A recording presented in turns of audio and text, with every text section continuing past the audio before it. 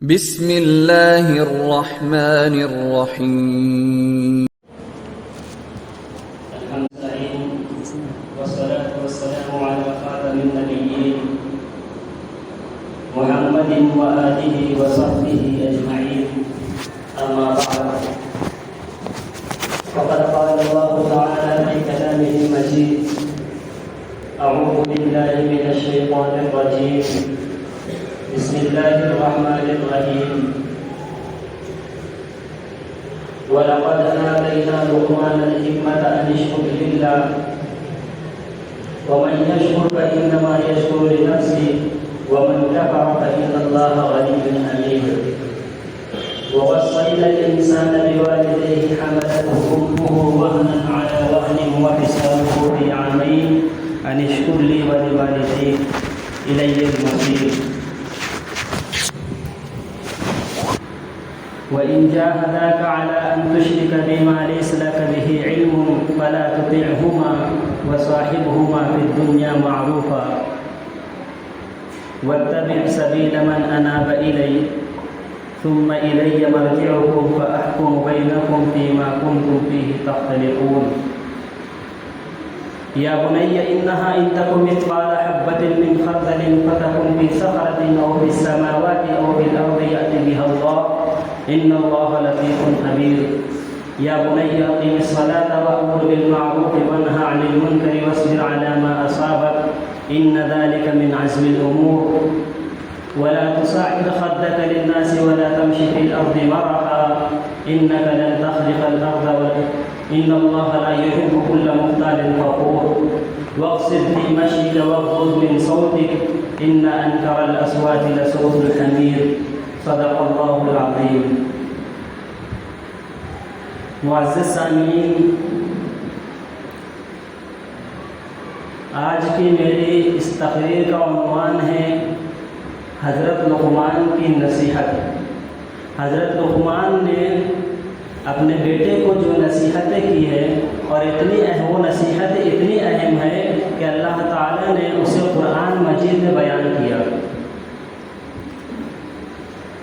ایک سچا پکا مسلمان اس دنیا میں اللہ کے احکام کو پورا کرنے اور نبی کریم صلی اللہ علیہ وسلم کے طریقے کے مطابق زندگی گزارنے کی فکر کرتا ہے، اور جہاں وہ اپنی فکر کرتا ہے اپنی اولاد اور اپنے ماتحتوں کو بھی فکر کرتا ہے. اور یہ فکر کرنا قرآن کریم کی اس آیت پر عمل کرنا ہے کہ اللہ تعالیٰ نے فرمایا یا ایھا الذین آمنوا قوا انفسکم واہلیکم نارا، اے ایمان والو اپنے آپ کو اور اپنے اہل و عیال کو جہنم کی آگ سے بچاؤ. ایک مسلمان ہے، خود تو اسلامی احکام پر عمل پیرا ہے، لیکن اپنے اولاد کی اور اپنے ماتحتوں کی فکر نہیں کرتا، وہ سچا پکا مسلمان نہیں ہے. اولاد کی ایک تربیت کا انداز اللہ رب العزت نے سورہ لقمان میں بیان کیا، جہاں حضرت لقمان نے اپنے بیٹوں کو جو نصیحتیں کی اسے بیان کیا گیا ہے. یوں تو حضرت لقمان کی تمام نصیحتوں کو بطور نصیحت پڑھا جائے اور اس پر عمل کیا جائے، یہ ایک صورت ہے. اسی کے ساتھ ساتھ اولاد کی تربیت اس انداز میں کی جائے، یہ سبق بھی والدین اور سرپرستہ حضرات کو ملتا ہے. چونکہ حضرت لقمان حکیم تھے اور ان کی نصیحتیں بیان کرنا ہے، اس لیے ضروری سمجھتا ہوں کہ ان کے بارے میں آپ کچھ باتیں جان لیں. حضرت لقمان افریقہ کے رہنے والے غلام تھے، بعد میں آ کر عرب میں آباد ہو گئے. عرب والے انہیں بہت اچھی طرح سے جانتے تھے، ان کی حکیمانہ باتوں کو نقل کیا کرتے تھے. ان کے والد کے بارے میں ان کے والد کا نام بعض لوگوں نے باعورا اور بعض لوگوں نے عنقا بتلایا ہے. ان کے سلسلہ نسب کے بارے میں ایک روایت یہ ہے کہ حضرت ابراہیم علیہ السلام کے والد آزر کی اولاد سے تھے. بعض نے کہا کہ حضرت ایوب علیہ السلام کے بھانجے یا خالہ زاد بھائی تھے. نقل کیا گیا کہ انہوں نے 1000 سال کی عمر پائی. حضرت داؤد علیہ السلام نے بھی ان کے زمانے کو پایا ہے. حضرت داؤد علیہ السلام کے زمانے میں یہ فتویٰ دیا کرتے تھے. بنی اسرائیل میں قاضی بھی رہ چکے ہیں. کالے رنگ کے تھے، سیاہ فام تھے، شکل و صورت بظاہر نہ تھی، لیکن اللہ تعالیٰ نے حکمت و دانائی سے نوازا تھا۔ ایک شخص حضرت سعید بن مسیب رحمۃ اللہ علیہ کے پاس ایک مسئلہ پوچھنے کے لیے آیا۔ وہ شخص کالے رنگ کا تھا۔ حضرت سعید نے اسے تسلی دیتے ہوئے فرمایا کہ اپنے کالے ہونے پر غم نہ کرو، بے شک کالے لوگوں میں 3 ایسے شخص گزرے ہیں جو مقام و مرتبے میں بہت اونچے تھے۔ ایک حضرت بلال حبشی رضی اللہ عنہ، ان کے بارے میں اللہ کے نبی صلی اللہ علیہ وسلم نے فرمایا، بلال تمہارا وہ کون سا عمل ہے کہ تم جب زمین پر چلتے ہو تو جنت میں چلنے کی آواز سنائی دیتی ہے۔ دوسرے حضرت عمر فاروق رضی اللہ عنہ کے غلام مہجہ رضی اللہ عنہ، اور تیسرے حضرت لقمان۔ اس سے یہ بات معلوم ہوئی کہ اللہ کے نزدیک شکل و صورت کا کوئی اعتبار نہیں، اصل چیز ہے تقویٰ۔ اسی کو قرآن مجید میں ارشاد فرمایا، ان اکرمکم عند اللہ اتقاکم، تم میں سے باعزت اور بزرگ شخص وہ ہے جو متقی ہو۔ تو اصل چیز ہے تقویٰ۔ اکثر علماء کی رائے یہ ہے حضرت لقمان کے بارے میں کہ حضرت لقمان نبی نہیں تھے، بلکہ اس سلسلے میں حضرت عبداللہ ابن عمر رضی اللہ عنہ کی صریح حدیث موجود ہے۔ علامہ ابن کثیر نے نقل کیا کہ حضرت قتادہ سے روایت کیا گیا، حضرت قتادہ فرماتے ہیں کہ حضرت لقمان کو اختیار دیا گیا، چاہے آپ تو نبوت لے لے یا حکمت لے لے۔ حضرت لقمان نے حکمت کو اختیار کیا۔ کسی نے کہا نبوت بہت اونچا مقام ہے، آپ نے نبوت اختیار کیوں نہیں کی؟ تو حضرت لقمان نے کہا نبوت بہت بڑی ذمہ داری ہے، اگر اللہ تعالیٰ بغیر اختیار کے مجھے نبوت دے دیتا تو اللہ تعالیٰ خود میری حفاظت کرتا، ذمہ داریوں کا پورا کرنا آسان ہوتا۔ اس کے برعکس اگر میں خود نبوت اختیار کرتا تو اس کی ذمہ داری مجھ پر ہوتی۔ ایک دن مجلس میں بیٹھے لوگوں کو نصیحت کر رہے تھے۔ ایک شخص نے کہا کہ آپ وہ شخص نہیں جو میرے ساتھ بکریاں چرایا کرتے تھے، آخر آپ کو یہ مقام ملا کیسے؟ تو حضرت لقمان نے کہا کہ مجھے یہ مقام 2 چیزوں کی وجہ سے ملا، ایک یہ کہ میں ہمیشہ سچ بولتا ہوں، اور دوسری یہ کہ میں فضول کام میں اپنا وقت ضائع نہیں کرتا۔ ایک روایت میں ہے کہ مجھے یہ مقام چند چیزوں کی وجہ سے حاصل ہوا، اور تم بھی ان پر عمل کرو گے تو تم کو بھی یہ مقام حاصل ہوگا۔ وہ یہ ہے کہ ہمیشہ اپنی نگاہ کو نیچے رکھنا، زبان کو بند رکھنا، شرم و گاہ کی حفاظت کرنا، حلال روزی پر قناعت کرنا، ہمیشہ سچائی پر قائم رہنا، عہد کو پورا کرنا، پڑوسیوں کی حفاظت کرنا، مہمان کا اکرام کرنا، فضول کام اور فضول کلام کو چھوڑ دینا۔ بہت اہم نصیحت کی حضرت لقمان نے۔ اور پھر حضرت لقمان نے اپنے بیٹے کو پہلی نصیحت کی، سورہ لقمان کی آیت نمبر 12 سے آیت نمبر 19 تک حضرت لقمان ان کی نصیحتوں کا تذکرہ ہے۔ سب سے پہلے ان کا تعارف پیش کیا گیا، وَلَقَدْ آتَيْنَا لُقْمَانَ الْحِكْمَةَ، ہم نے لقمان کو دانش مندی عطا کی تھی۔ اس کے بعد فرمایا أَنِ اشْكُرْ لِلَّهِ، کہ میرا اللہ کا شکر ادا کرتے رہو۔ اور پھر اس کے بعد ارشاد فرمایا وَمَنْ يَشْكُرْ فَإِنَّمَا يَشْكُرُ لِنَفْسِهِ وَمَنْ كَفَرَ فَإِنَّ اللَّهَ غَنِيٌّ حَمِيدٌ۔ جو اللہ کا شکر کرنے والے کا فائدہ یہ ہے، شکر کرنے کی وجہ سے شکر کرنے والے کا فائدہ ہے، اور جو اللہ کی نافرمانی کرتا ہے، شکر ادا نہیں کرتا، تو اللہ تعالیٰ بے نیاز ہے۔ شکر ادا کرنے کا فائدہ یہ ہے کہ اس سے نعمتوں میں اضافہ ہوتا ہے۔ قرآن کریم میں ارشاد ہے لَإِن شَكَرْتُمْ لَأَزِيدَنَّكُمْ، کہ اگر تم نعمتوں پر شکر ادا کرو گے تو تمہاری نعمتوں میں اضافہ کیا جائے گا۔ دینی نعمتوں پر شکر ادا کرنے کا فائدہ یہ ہے کہ دنیا اور آخرت دونوں جگہ اس کا فائدہ ہوتا ہے۔ دنیا میں اس کا فائدہ یہ ہے کہ مزید نیک اعمال کی توفیق ملتی ہے، نعمتوں میں اضافہ ہوتا ہے، اور آخرت میں اس کا فائدہ یہ ہے کہ اللہ تعالیٰ آخرت میں اس کا مقام و مرتبہ بلند فرماتے ہیں۔ اور دنیاوی نعمتوں پر شکر ادا کیا جائے تو آخرت میں بہرحال اللہ تعالیٰ بدلہ دیں گے، اللہ چاہے تو دنیا میں بھی عطا کر دے۔ خیر، حضرت لقمان نے اپنے بیٹے کو پہلی نصیحت کی، وَإِذْ قَالَ لُقْمَانُ لِابْنِهِ وَهُوَ يَعِظُهُ يَا بُنَيَّ لَا تُشْرِكْ بِاللَّهِ إِنَّ الشِّرْكَ لَظُلْمٌ عَظِيمٌ۔ اس آیت میں، اس نصیحت میں والدین کے لیے 2 نقطے بیان کیے گئے۔ حضرت لقمان نے فرمایا پیارے بیٹے اللہ کے ساتھ کسی کو شریک نہ کرنا، بے شک شرک بہت بڑا ظلم ہے۔ والدین کے لیے دو نقطے بیان کیے گئے۔ پہلا نقطہ یہ کہ وہ یعظہ، وہ اپنے بیٹے کو نصیحت کر رہے تھے۔ ہمیں بھی چاہیے کہ ہم اپنی اولاد کو، اپنے ماتحتوں کو نصیحت کریں۔ اور اس کے بعد دوسرا نقطہ یہ بیان کیا یا بنیا، حضرت لقمان نے اپنے بیٹے کو بڑے پیار سے کہا، بڑے پیار سے مخاطب کیا، میرے پیارے بیٹے۔ تو اس سے والدین کو بھی یہ سبق ملتا ہے کہ جب بھی اپنے ماتحتوں کو یا اپنی اولاد کو مخاطب کرے تو بڑے پیار بھرے انداز میں مخاطب کریں۔ بچہ چھوٹا ہو یا بڑا، اسے نصیحت کرتے رہنا چاہیے، خاص طور سے بچپن میں نصیحت کرنا چاہیے، کیونکہ بچپن ہی سے بچے سیکھنا شروع کرتے ہیں۔ آج بچپن میں جس انداز میں ہم ان کی تربیت کریں گے، بچہ بڑا ہو کر وہی کام کرے گا۔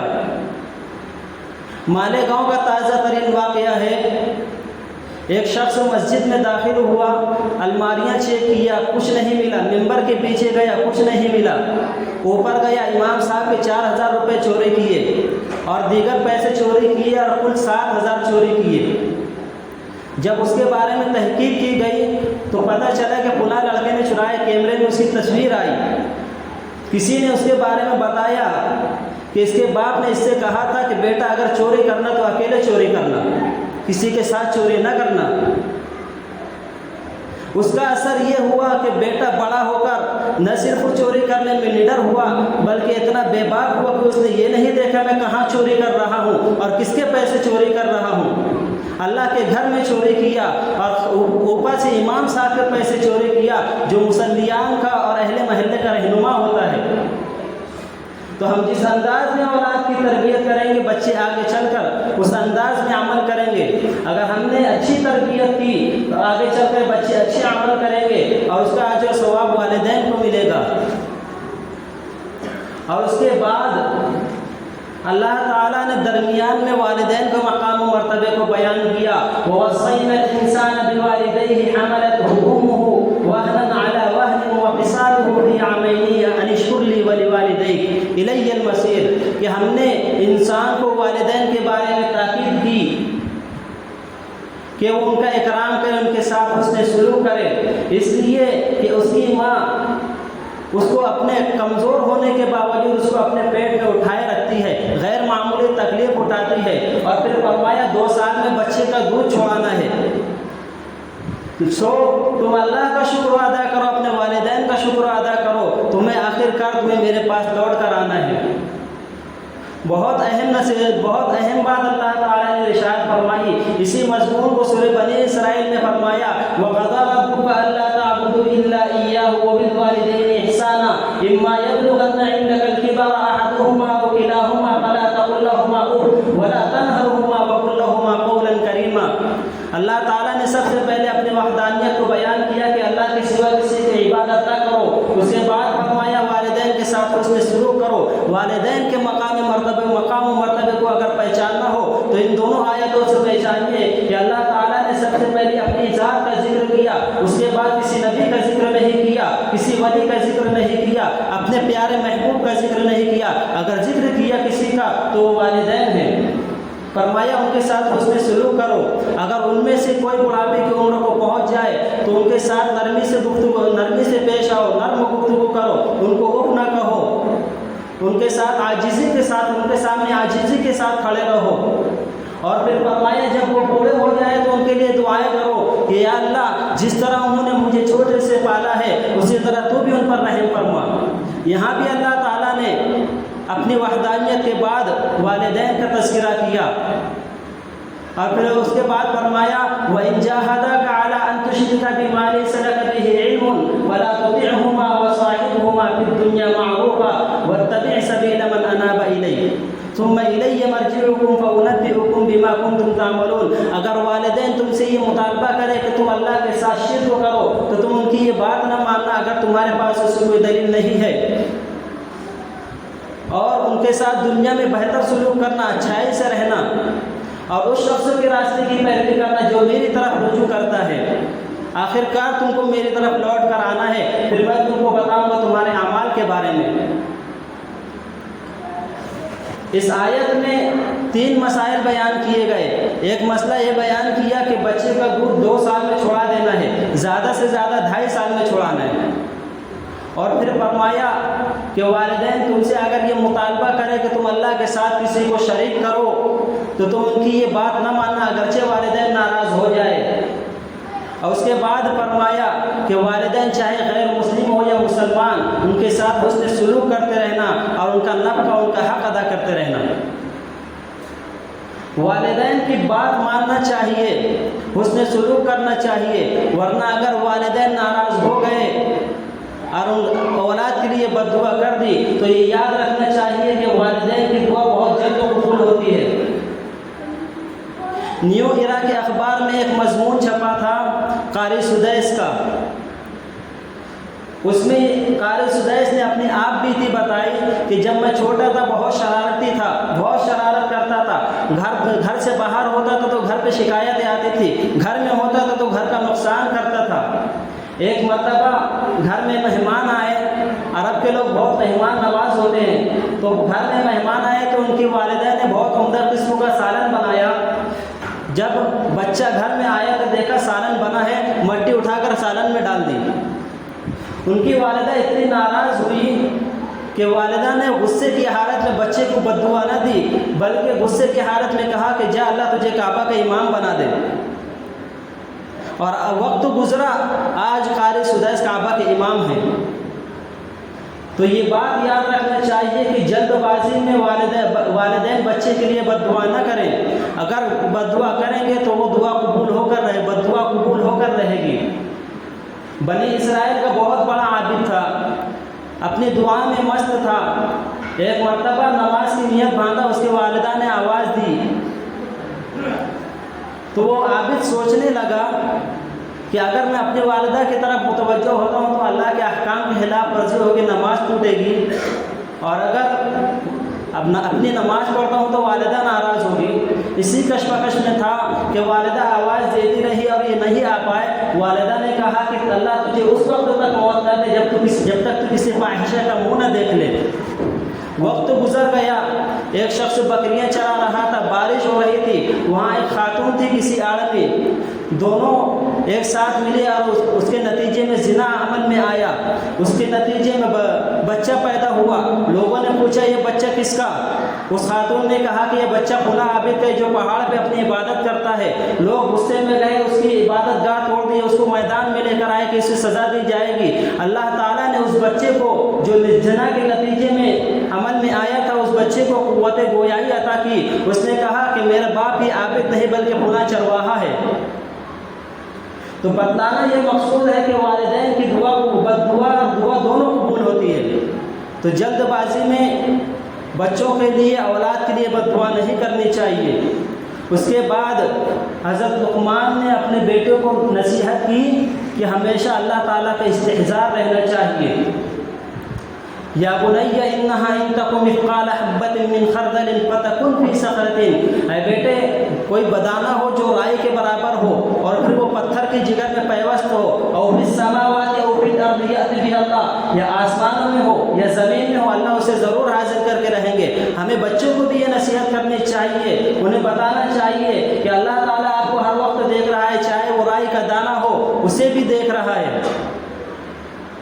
تو یہ استحضار بھی بچوں کے ذہن میں لانا چاہیے۔ اس کے بعد نصیحت کی، یا بنی اقیم الصلاۃ ان الصلاۃ یا بنی اقیم الصلاۃ وامر بالمعروف وانہی عن المنکر واصبر علی ما اصابک ان ذلک من عزم الامور، بیٹا نماز قائم کرو۔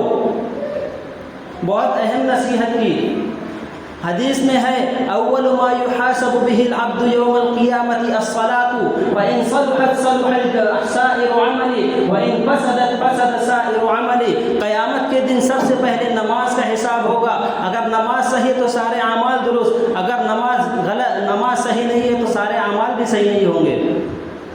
پھر قرآن شریف میں فرمایا اتل ما اوحی الیک من الکتاب واقم الصلاۃ، اپنے نبی سے فرما رہے ہیں کہ جو کتاب آپ پر وحی کے ذریعے نازل کی گئی ہے اس کو پڑھتے رہیے، یعنی یہاں پر قرآن کریم پڑھنے کا حکم دیا گیا۔ اس کے بعد فرمایا وَأَقِمِ الصَّلَاةَ نماز قائم کیجئے، إِنَّ الصَّلَاةَ تَنْهَىٰ عَنِ الْفَحْشَاءِ وَالْمُنكَرِ کہ بے شک نماز تمام بے حیائیوں اور برائیوں سے روکتی ہے۔ بہت اہم چیز ہے نماز۔